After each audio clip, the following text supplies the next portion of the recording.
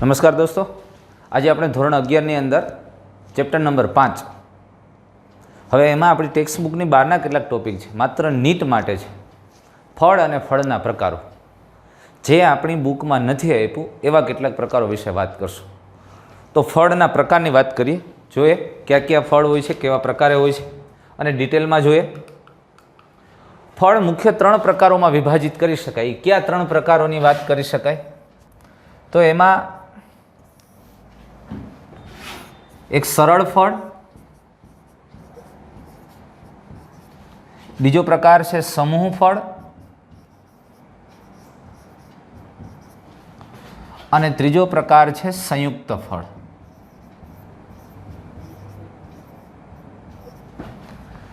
સરળ ફળ કોને કહેવાય? આ મુખ્યત્વે સામાન્ય રીતે એક સ્ત્રી કેસરી અથવા તો દ્વિ કે બહુસ્ત્રી કેસરી પણ યુક્ત સ્ત્રી કેસરમાંથી વિકાસ પામતા ફળ છે, સરળ ફળ છે. હવે સરળ ફળના ફલાવરણને આધારે પાછા એના 2 પ્રકાર પાડી શકાય.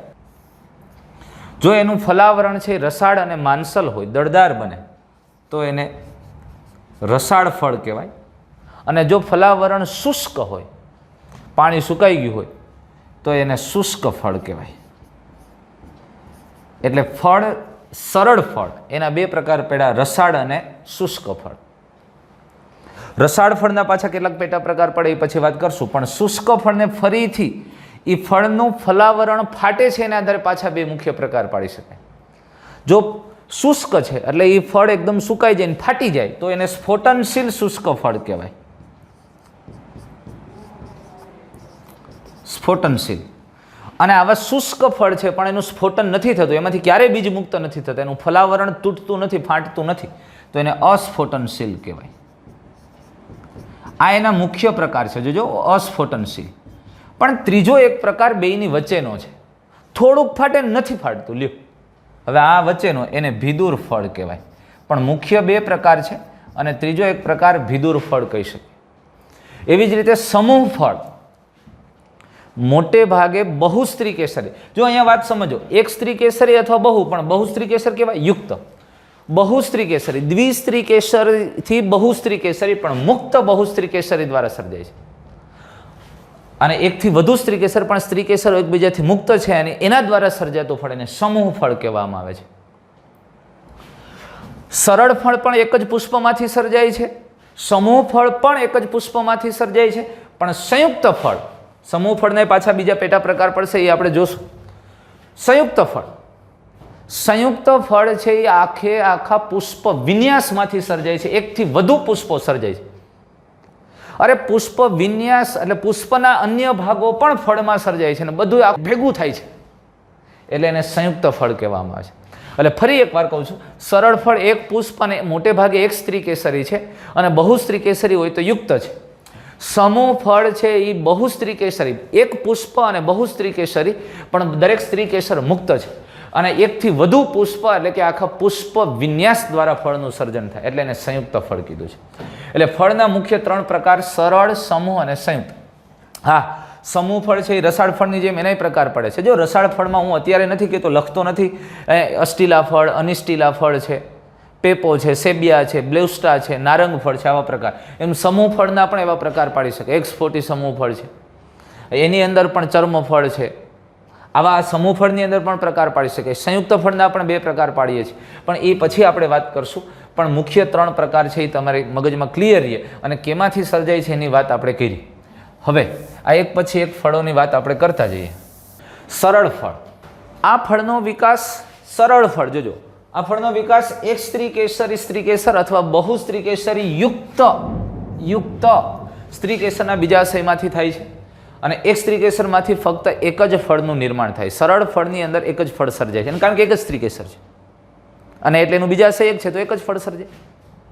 જો બહુસ્ત્રી કેસરી છે તોય બીજાશય એક છે, કારણ કે સ્ત્રી કેસર યુક્ત છે એટલે એનું બીજાશય તો એક જ હોવાનું. હા, એમાં કોટરો હોઈ શકે, એટલે એની અંદર બીજ એક કે એકથી વધુ હોઈ શકે, પણ ફળ એક જ સર્જાય છે.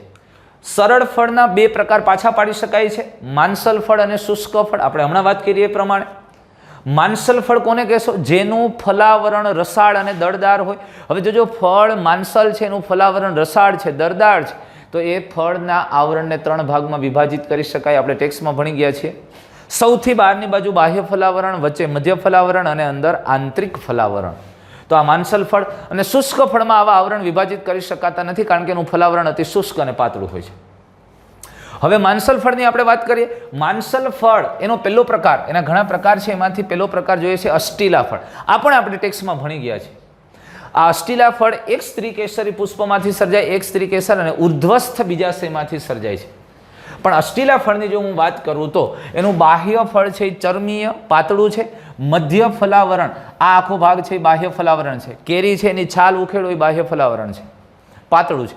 મધ્ય ફલાવરણ જે આપણે ખાઈ જઈએ, દાબી જઈએ છીએ, જે પલ્પ છે એ ભાગ એ મધ્ય ફલાવરણ છે. અને જે ઉપર ગોઠલીનું કઠણ કવચ છે, આવરણ છે, એ અંત ફલાવરણ છે. અને એની અંદર જે નીકળે છે ને એ બીજ છે. એટલે ગોઠલીનું જાડું કવર છે ને એ ફળનો ભાગ છે, ફલાવરણનો ભાગ છે, એ આંતરિક ફલાવરણ છે.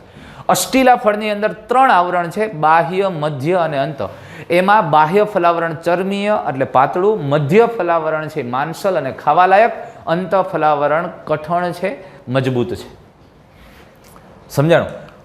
અનિષ્ટિલા ફળ, આવું ફળ પણ એક સ્ત્રી કેસર અથવા તો બહુ સ્ત્રી કેસરી યુક્ત સ્ત્રી કેસરમાંથી વિકાસ પામે છે. અને યુક્ત સ્ત્રી કેસર છે એટલે બીજાશય એક છે, પણ બીજાશય કોટરોમાં વિભાજિત હોઈ શકે. એ તો જરાયુ વિન્યાસને આધારે નક્કી થાય. પણ બીજાશય અધસ્થ કે ઉર્ધ્વસ્થ પ્રકારનું હોઈ શકે. અને મોટે ભાગે અક્ષવર્તી જરાયુ વિન્યાસ હોય છે. અને અક્ષવર્તી જરાયુ વિન્યાસ આવેલો હોય અને એમાંથી આ ફળનું સર્જન થાય છે. અનિષ્ટિલા ફળ, અહીંયા સામાન્ય રીતે બાહ્ય ફલાવરણ અષ્ટિલા ફળ જેવું છે, ત્વચીય છે, પાતળું છે. મધ્ય ફલાવરણ થોડું રેશામય છે, પણ અંત ફલાવરણનો ભાગ ખાદ્ય છે. અનિષ્ટિલા અને અષ્ટિલામાં આ તફાવત છે. અષ્ટિલાનું અંત ફલાવરણ કઠણ છે, જ્યારે અનિષ્ટિલાનું અંત ફલાવરણ ખાદ્ય છે. એટલે મધ્ય ફલાવરણ થોડું રેશામય, એટલે બાહ્ય ફલાવરણ ચર્મીય, મધ્ય ફલાવરણ થોડું રેશામય અને અંત ફલાવરણ છે એ ખાદ્ય.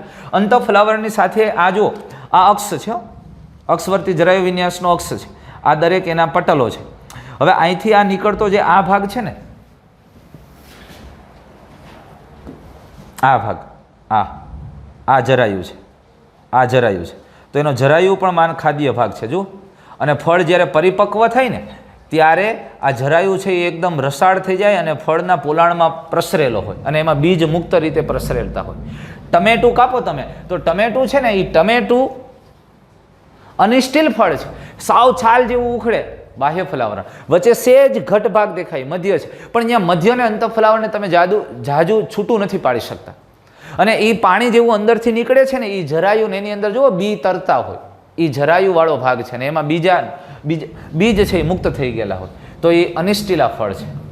ટમેટાની અંદર આ જો સૌથી બહાર પાતળું સ્તર એ બાહ્ય, અને સેજ ડાર્ક લાઈન દેખાય ને તમને, રેડ કલરની એકદમ ડાર્ક, એ મધ્ય, અને સેજ લાઇટ કલરની દેખાય છે એ અંત ફલાવરણ. અને એની અંદર આ જે ભાગ દેખાય છે એ જરાયુ છે. અને આ એમાંથી આ લંબાયેલો જરાયુ, અને જરાયુ પ્રવાહી સ્વરૂપે થાય ને એમાં બીજ પ્રસરેલા જોવા મળે. એ તો તમે કાપીને જોશો એટલે ક્લિયર તમે ઓબ્ઝર્વ કરી શકશો. ખ્યાલ આવ્યો? તો આ અનિષ્ટિલા ફળ. એટલે અષ્ટિલા અને અનિષ્ટિલાનો તફાવત તમારે શોધવાનો છે, ગોતવાનો છે. એક બહુ મજાની વાત કરી, સત્ય અનિષ્ટિલા ફળ. સામાન્ય રીતે જે અધસ્થ બીજાશયમાંથી સર્જાય છે એને સત્ય અનિષ્ટિલા ફળ કહેવામાં આવે. ટમેટા, દ્રાક્ષ, રીંગણ એ બધા સત્ય અનિષ્ટિલા ફળ છે. પણ અન્ય અનિષ્ટિલા ફળની વાત કરીએ જે ઉર્ધ્વસ્થ બીજાશયમાંથી સર્જાય છે, એમાં જામફળ, કેળા, એ સ્પષ્ટ આવું બંધારણ નથી જોવા મળતું, એટલે અસત્ય અથવા તો અન્ય અનિષ્ટિલા ફળ તરીકે ઓળખાય છે. અને ખજૂર અને સોપારી પણ એક વિશિષ્ટ પ્રકારના અનિષ્ટિલા ફળ છે, અનષ્ટિલા ફળ છે. જે આ ઉપરાંત માંસલ ફળનો ત્રીજો પ્રકાર છે પેપો. આ ફળ ત્રિસ્ત્રી કેસરી બીજાશયમાંથી વિકાસ પામે છે, અધસ્થ બીજાશય છે. આવા ફળો આમ એક કોટરીય છે અને ચર્મવર્તી જરાયુ વિન્યાસ છે. યાદ કરો, ચર્મવર્તી એટલે બીજાશયની દિવાલમાંથી અંડકો સર્જાય છે અને ત્યાંથી બીજ એની સાથે જોડાયેલા હોય. પણ ચર્મવર્તી જરાયુ વિન્યાસ પણ જરાયુ એટલો વિકાસ પામે છે, આપણને ધીમે ધીમે જ્યારે પેપો ફળ વિકાસ પામે ત્યારે આપણને અક્ષવર્તી જેવો દેખાય, પણ ચર્મવર્તી છે. જુઓ, હવે આપણને દેખાય અક્ષ જેવું, પણ એ ચર્મવર્તી છે, કારણ કે અહીંથી જરાયુ નિર્માણ પામેલો છે. જો આ બીજાશયની દિવાલમાંથી, એટલે આ પ્રકારના ફળને પેપો ફળ કહેવામાં આવે છે. ત્રિસ્ત્રી કેસરી પુષ્પમાંથી સર્જાય છે. બીજાશય અધસ્થ છે અને આખું ફલાવરણ એનું બીજાશય એક કોટરીય છે અને અંડકો દિવાલના ભાગેથી સર્જાય છે, પણ જરાયુનો વિકાસ વધારે થવાથી અંડકો એકબીજાની નજીક આવી જાય અને દેખાવ અક્ષવર્તી જેવો થઈ જાય છે. આ ફળને પેપો પ્રકારના ફળ કહેવાય. અને જરાયુ વધારે ફૂલેલું અને ખાદ્ય છે, એટલે જરાયુનો ભાગ અહીંયા ખાદ્ય છે. અને ઉદાહરણ તરીકે કાકડી, તરબૂચ, પપૈયા આ બધાય પેપો પ્રકારના ફળ છે. પછી સેબિયા. સેબિયા ફળની હું વાત કરું તો એક પ્રકારે કૂટ ફળ કહી શકાય કે જ્યાં ફળના નિર્માણમાં, ફળના વિકાસની અંદર પુષ્પના બીજાશય સિવાયના ભાગો એમાં સંકળાયેલ છે. પુષ્પાસન છે, પુષ્પદંડનો ભાગ છે, તો એ સેબિયા ફળ છે. આ સફરજન છે. આ જે ભાગ છે એ ખરેખર સત્ય ફળનો ભાગ આ છે, સફરજનમાંથી આપણે કાઢી નાખીએ છીએ.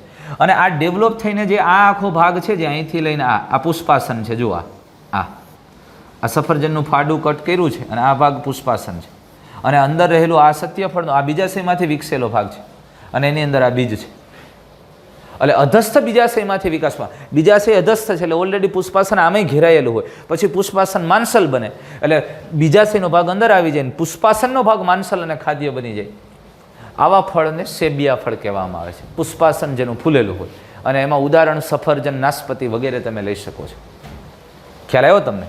ત્યાર પછી માનસલ ફળનો બીજો એક પ્રકાર, પાંચમો, નારંગ ફળ. અક્ષવર્તી જરાયુ વિન્યાસ, બહુસ્ત્રી કેસરી અને અક્ષવર્તી જરાયુ વિન્યાસમાંથી વિકાસ પામતું ફળ છે. નારંગ ફળનું બાહ્ય ફલાવરણ છે એ ત્વચીય છે, તેલી ગ્રંથિ ધરાવે છે. ખબર? ઘણી વખત નારંગી કે મોસંબીની આપણે છાલ ઉખાડીને કોકની આંખમાં નાખી ચોખ્ખી થઈ જાય, તારી આંખમાં નાખીને ભાઈ હરખી ચોખ્ખી થાય. પછી મધ્ય ફલાવરણ રેસામય હોય. તમને ખબર છે મધ્ય ફલાવરણ છે એટલે કે ઓલા આપણે નારંગીની બહારની છાલ કાઢ્યા પછી સફેદ સફેદ રેસાઓ હોય, એ મધ્ય ફલાવરણનો ભાગ છે. અને જે ચીર નીકળે છે એ ખરેખર અંત ફલાવરણવાળું પાતળું સ્તર, અને એની અંદરની બાજુએ રોમ આવેલા હોય, જે ગ્રંથિમય અને માનસલ રોમ છે, જેમાં ખોરાક સંગ્રહિત રચના છે, જે ખાદ્ય છે. તો એ અંત ફલાવરણનો ભાગ ખાદ્ય છે. બાહ્ય અને મધ્ય ફલાવરણ છે એ સામાન્ય રીતે છાલ અને રેસામય, અને અંત ફલાવરણ ખાદ્ય. આ નારંગી ફળ. લીંબુ, નારંગી, મોસંબી આ બધા નારંગ ફળ છે. બ્લેઉસ્ટા અધસ્થ બીજાશયમાંથી વિકાસ પામે છે, અને આ પણ બહુસ્ત્રી કેસરીને અધસ્થ બીજાશયમાંથી, એટલે એના વજ્રપત્ર ચીર લગ્ન હોય. તમે દાડમની અંદર જો ઉપર મુગટ જેવો ભાગ હોય, દાડમમાં આ મુગટ જેવો ભાગ એ એના વજ્રપત્ર છે, વજ્રપત્ર ચીર લગ્ન હોય છે. અને અહીંયા ફલાવરણ છે એ આમ સ્પષ્ટ નથી થઈ શકતું એવું છે. ફલાવરણ આમ રસાળ પણ થોડું મિક્સ છે. દાડમની અંદર ખાદ્ય ભાગ છે ને એ એના બીજ છે, અને બીજમાંય બીજની ઉપર બીજ ચોલ. તમે જોજો દાડમનો દાણો છૂટો કરો અને એની અંદર વ્હાઇટ અથવા તો પિંક કલરનો નાનો એવો ભાગ આમ દેખાશે, એ ખરેખર બીજ એ છે. અને જેમ ટ્રાન્સપરન્ટ ભાગ છે ને જે આપણે ખાઈએ છીએ અને આમ દાણા અંદર ખાઈને રસ છૂટે, એ એનો બીજ ચોલ છે. એટલે બીજની ફરતે જે બીજાવરણ હોય અને ત્રીજું બીજાવરણ આવેલું હોય જેમાં ખોરાકનો સંગ્રહ થઈને માનસલ બને, એને બીજ ચોલ કહેવાય. સમજાય વસ્તુ? એટલે બીજની ફરતે બે બીજાવરણ તો હોય, અંત અને બાહ્ય, પણ ત્રીજું બીજાવરણ હોય જે માનસલ બને એને બીજ ચોલ. તો દાડમના ખાદ્ય ભાગ ફલાવરણ નથી, બીજ છે, અને બીજમાંય ખાદ્ય છે એ બીજ ચોલનો ભાગ છે. સમજાણો વસ્તુ? એટલે દાડમ છે એ બ્લેઉસ્ટા પ્રકારનું ફળ છે, જ્યાં ફલાવરણ છે એ આમ સાવ શુષ્કય નથી, થોડું રસાળ છે, પણ ફલાવરણનો ભાગ ખાદ્ય નથી. એની વચ્ચે વચ્ચે ઓલું ખબર પાતળો ભાગ દેખાય, એ એની જરાયુની રચના છે જેની સાથે બીજ જોડાયેલા. એમ્ફીસાર્કા. એમ્ફીસાર્કા એ ઉર્ધ્વસ્થ બીજાશયમાંથી, બહુસ્ત્રી કેસરી ઉર્ધ્વસ્થ બીજાશયમાંથી વિકાસ પામે છે. પણ એમ્ફીસાર્કાનું જે ફળ સર્જાય છે એનું બાહ્ય ફલાવરણનો ભાગ એકદમ કઠણ અને મજબૂત થાય છે, પણ ફલાવરણનો કેટલોક આંતરિક ભાગ છે, અહીંયા પણ સ્પષ્ટ રીતે બાહ્ય, મધ્ય અને અંત એમ ભાગ નથી પાડી શકતા, પણ ફળનો કેટલોક આંતરિક ભાગ છે ફલાવરણનો, એ આંતરિક ભાગ છે એ ખાદ્ય હોય, અને અંદર જરાયુ છે એ જરાયુ અને ફળનો કેટલોક આંતરિક ભાગ ખાદ્ય છે, અને ખૂબ જ કઠણ અને મજબૂત હોય છે. આ એપલ હુડ એટલે તમે બીલું જોયું હશે, એટલે આને કાષ્ઠફળ પણ કહેવામાં આવે છે. એમ્ફીસાર્કાને વુડ એપલ કાષ્ઠફળ તરીકે પણ ઓળખવામાં આવે છે. અને આ એનું બાહ્ય ફલાવરણ ખૂબ જ કઠણ, અંદરનો ભાગ થોડો દળદાર, અને જરાયુ છે એ માનસલ અને દળદાર હોય, જે ખાદ્ય હોય, અને એની વચ્ચે એમાં બીજ આવેલા હોય. એટલે વુડી પેરિકાર્પ એટલે કઠણ અને કાષ્ઠમય ફલાવરણ, અને અંદરનો ફલાવરણનો ભાગ થોડો દળદાર માનસલ હોય, જે ખાદ્ય હોય, અને જરાયુ એટલે ફલાવરણનો આંતરિક ભાગ અને જરાયુ ખાદ્ય છે, અને બાકી ખૂબ જ કઠણ અને પથ્થર જેવું હોય છે, જે બીલું. કોઠું પણ એને કહેવામાં આવે, એટલે એને કાષ્ઠફળ અથવા બીલા તરીકે ઓળખીએ છીએ, જે એમ્ફી સારકા પ્રકારનું ફળ કહેવાય. ત્યાર પછી શુષ્ક ફળની વાત કરીએ. સરળ ફળની અંદર જો રસાળ અને શુષ્ક ફળ આમ વાત કરી. હવે શુષ્ક ફળ એને ફરી 3 ભાગોમાં વિભાજિત કરી શકાય. કે આ 3, જો એનું સ્ફોટન નથી થતું, ફળ શુષ્ક છે પણ સ્ફોટન નથી થતું તો અસ્ફોટનશીલ, જો સ્ફોટન થાય તો સ્ફોટનશીલ, અને આ બેયની વચ્ચેનો પ્રકાર હોય, થોડુંક સ્ફોટન થાય અને બાકી ન થાય તો ભિદુર પ્રકારના ફળ. એટલે આમ સ્ફોટનશીલ, અસ્ફોટનશીલ અને ભિદુર, આમ શુષ્ક ફળના 3 પ્રકાર તમે પાડી શકો છો. ત્યાર પછી હવે પહેલાં આપણે અસ્ફોટનશીલ ફળની વાત કરીએ. અસ્ફોટનશીલ ફળ સામાન્ય રીતે સ્ફોટન પામતા નથી, અને આવા સરળ ફળ, હવે જો આવા સરળ શુષ્ક ફળ સામાન્ય રીતે નાના કદના અને એક બીજ ધરાવે છે, એક બીજયુક્ત હોય છે. એનો એક પ્રકાર છે રોમ વલય ફળ. આના પણ 5 થી 6 પ્રકાર છે, એમાં રોમ વલય ફળ. વાતને હવે ધ્યાનથી સમજો. આ સમજી લ્યો બીજ છે, અને બીજની ફરતે ફલાવરણ હોય, એ બહારની તરફ છે, આ ફળનું ફલાવરણ છે. હવે રોમ વલય ફળ, આ જે બીજ છે એ બીજની ફરતે ફલાવરણ છે, ફળની ઉપર રોમ આવેલા હોય, એટલે ફળની ઉપર આ બીજનું બીજાવરણ, અને બીજાવરણ પછી જે ફલાવરણ છે એ ફલાવરણમાં આવી રીતે આમ રોમ આવેલા હોય. ફલાવરણ રોમયુક્ત હોય તો આને રોમ વલય ફળ કહેવામાં આવે છે. જેનું નિર્માણ દ્વિસ્ત્રી કેસરી અથવા તો યુક્ત બહુસ્ત્રી કેસરી અધસ્થ બીજાશયમાંથી વિકાસ પામે છે. સમજે? આ ઉપરાંત હવે રોમ ગુચ્છ સ્વરૂપે આવેલું હોય તો એના ઉદાહરણમાં સૂર્યમુખી અને ગલગોટા તમે યાદ કરો, આપણે પુષ્પ વિન્યાસમાં જોઈ ગયા હતા. હવે આપણે જો આ રોમ વલય ફળ છે એમાં રોમ ગુચ્છ ધરાવતું ફળની વાત કરીએ, જે સૂર્યમુખીનું ફળ લઈએ તો જે આ પ્રકારનું હોય, આ એનું ફલાવરણનો ભાગ છે, અને એના વજ્રપત્ર છે આવા રોમમાં વિભાજિત થઈ ગયા હોય તો આ રોમગુચ્છ પ્રકારનું ફળ કહેવાય, જે રોમ વલય ફળનો એક પ્રકાર થઈ શકે. સમજાણું? એટલે કહેવાનો મતલબ એ છે કે આવા તો ઘણા બધા ઉદાહરણ છે, ના પરદેશી ભાંગરોન સહદેવીન વગેરે આના ઉદાહરણમાં લઈ શકે, પણ જે આપણે જોયા નથી એટલે ધ્યાનમાં ન આવે. પણ કહેવાનો મતલબ એ છે કે બીજાવરણ અને ફલાવરણ નિકટતાથી જોડાયેલા છે. ફલાવરણ ક્યારેય સ્ફોટન પામી અને એમાંથી બીજ મુક્ત નથી થતું. હા, એના અંકુરણ દરમિયાન ફલાવરણ સડી જાય, વિઘટન પામે અને પછી બીજનું અંકુરણ થાય, પણ એ સિવાય ફલાવરણ તૂટતું નથી. હવે તો એમાં રોમ વલય એટલે એના ફલાવરણમાંથી નાના નાના રોમ નીકળેલા હોય, વાળ જેવી રચના આવેલી હોય તો એવા ફળને રોમ વલય ફળ કહેવાય, અને એની અંદર બીજ આવેલું હોય તો આ રોમ વલય ફળની વાત થઈ. અને આ સૂર્યમુખી અને એની અંદર આ પ્રકારે રોમ વલય ફળ જોવા મળે. ત્યાર પછી ધાન્ય ફળ. હવે ધાન્ય ફળની હું વાત કરું તો ધાન્ય ફળની અંદર આ અંદરનું બીજ છે ને બીજાવરણ છે, પણ બીજાવરણની ઉપર ફલાવરણ છે, ફલાવરણ એની સાથે જોડાઈ ગયું છે ને બે મિક્સ થઈ ગયા છે. તમે એને જુદા જ નથી પાડી શકતા.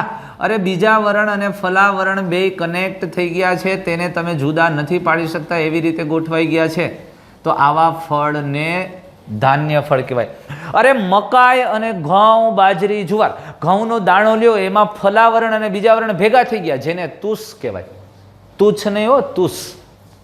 એટલે ફલાવરણ અને બીજાવરણ જોડાઈ જાય, કનેક્ટ થઈ જાય તો એને ધાન્ય ફળ કહેવાય. તો મકાઈ, જુવાર, બાજરી વગેરે ધાન્ય ફળ છે, જે પણ એક સ્ત્રી કેસરી અને ઉર્ધ્વસ્થ બીજાશયમાંથી વિકાસ પામે છે. અહીંયા એક પુષ્પ એક સ્ત્રી કેસરી છે ને એક જ ફળ એમાં સર્જાય છે. આ પણ શુષ્ક ફળ છે, પણ અસ્ફોટનશીલ છે. મકાઈનો દાણો ફાટીને એમાંથી બીજ મુક્ત થાય એવું ક્યાંય નહીં જોવા મળે, અસ્ફોટનશીલ છે, એ ધાન્ય ફળ છે. આ જો આ પીળા કલરનો ભાગ દેખાય ને, એ બે વસ્તુ ફલાવરણ અને બીજાવરણ ભેગા થઈ ગયા, કોમ્પેક્ટ થઈ ગયા બનતી રચના છે, એટલે આને તુષ કહેવાય. એટલે બીજાવરણ અને ફલાવરણ જોડાઈ જાય છે, સંયુક્ત રચના છે, એ ધાન્ય ફળ છે. ત્યાર પછી ચર્મફળ. હવે ચર્મફળ છે એ એક બીજયુક્ત ફળ છે, એક સ્ત્રી કેસરી ઉર્ધ્વસ્થ બીજાશયમાંથી વિકાસ પામે છે. અહીંયા આ એનું બીજાવરણ છે, પણ બીજાવરણ અને ફલાવરણને આપણે છૂટા પાડી શકીએ છીએ. બીજાવરણ અને ફલાવરણને અહીંયા તમે છૂટા પાડી શકો છો. આ બીજાવરણ છે બીજનું, અને એની ફરતે ફલાવરણ છે, એ ફલાવરણ અને બીજાવરણને તમે સેપરેટ કરી શકો, અનઇવન હોઈ શકે, જુદા પાડી શકો. ચાલ ઉખેડો એમ ઉખડી જાય, આમ નિકટતાથી જોડાયેલા હોય પણ સેપરેટ કરી શકાય છે. એટલે એને ચર્મ, ચામડીની જેમ એને ખેંચી શકાય, ઉખેડી શકાય એવું ફળ છે, એટલે એને ચર્મ ફળ કહેવામાં આવે છે. આ ક્લેમેટિસ મિરાબિલિસ બોહરેવિયામાં આ જોવા મળે. નારવેલિયાની અંદર આ જોવા મળે. ચર્મફળ એક જ બીજયુક્ત એક સ્ત્રી કેસરી ઉર્ધ્વસ્થ બીજાશયમાંથી વિકાસ પામે, પણ ત્યાં બીજા વરણ અને ફલાવરણને થોડા સેપરેટ કરી શકે. હા, એની મેળે જુદા નથી પડતા, સ્ફોટન નથી પામતા, પણ તમે ખોલીને છૂટા પાડી શકો એવી રચના છે, એટલે એને ચર્મફળ. ઉપરનું ફલાવરણ ચામડી જેવું છે, આમ લૂઝ હોય, ખેંચી શકીએ છીએ, અથવા તો કળચલીયુક્ત થઈ ગયું હોય સુકાણા પછી, પણ બીજા વરણથી જુદું પાડી શકાય, એટલે એને ચર્મફળ કહેવાય. ત્યાર પછી કાષ્ઠફળ. કાષ્ઠફળ આ પણ એક બીજયુક્ત ફળ. હવે જો તેનો વિકાસ દ્વિ અથવા તો યુક્ત બહુસ્ત્રી કેસરી અને ઉર્ધ્વસ્થ બીજાશયમાંથી થાય છે. વોટર ચેસ્ટનટ, સિંગોડા, પછી લીચી, કાજુ, આ કાષ્ઠફળ છે. માતને સમજો, અહીંયા ફલાવરણ છે એ એકદમ મજબૂત અને કઠણ થઈ જાય છે, લાકડા જેવું. સિંગોડાનું જોજો, ફલાવરણ કઠણ થઈ, કાષ્ઠ લાકડું, લાકડા જેવું ફળ. હવે ખાવું કેમ? પણ ફળ ન ખાધ્યો હોય, ત્યાં એનો અંદરનો ભાગ ખાધ્યો હોય. હવે લીચી જેવા ફળ જોઈએ, જો તમે એની છાલ ઉખેડો, આ છાલ છે ને, એટલે ખરેખર એ છાલ એટલે એ ફળ છે, આપણે એને એ કઈ છે, એ ફળનો ભાગ છે, ફલાવરણનો, પણ ફલાવરણ કઠણ અને મજબૂત થઈ જાય છે. પછી તો ખાધા જેવું શું સાહેબ, આપણને એમાં રસ છે, એ કે દાબી શું હકાય. આ જો એક બીજવાળી રચના, પણ ખાદ્ય ભાગ છે ને એ બીજની ફરતે આવેલું ત્રીજું આવરણ છે, જેને શું કહેવાય, મેં હમણાં કીધું, બીજ ચોલ. તો આ લીચીમાં ખાદ્ય ભાગ છે એ બીજ ચોલ છે. સમજાય વસ્તુ? અને એનું ફલાવરણ એકદમ કઠણ અને મજબૂત હોય છે, એટલે એને કાષ્ઠફળ કહેવામાં આવે. સપક્ષ એટલે એમાં પાંખ જેવી, પક્ષ જેવી રચના છે, જેથી કરીને બીજનું વિકિરણ થઈ શકે. આ પણ શુષ્ક અને અસ્ફોટનશીલ પીછકાર ફળ છે.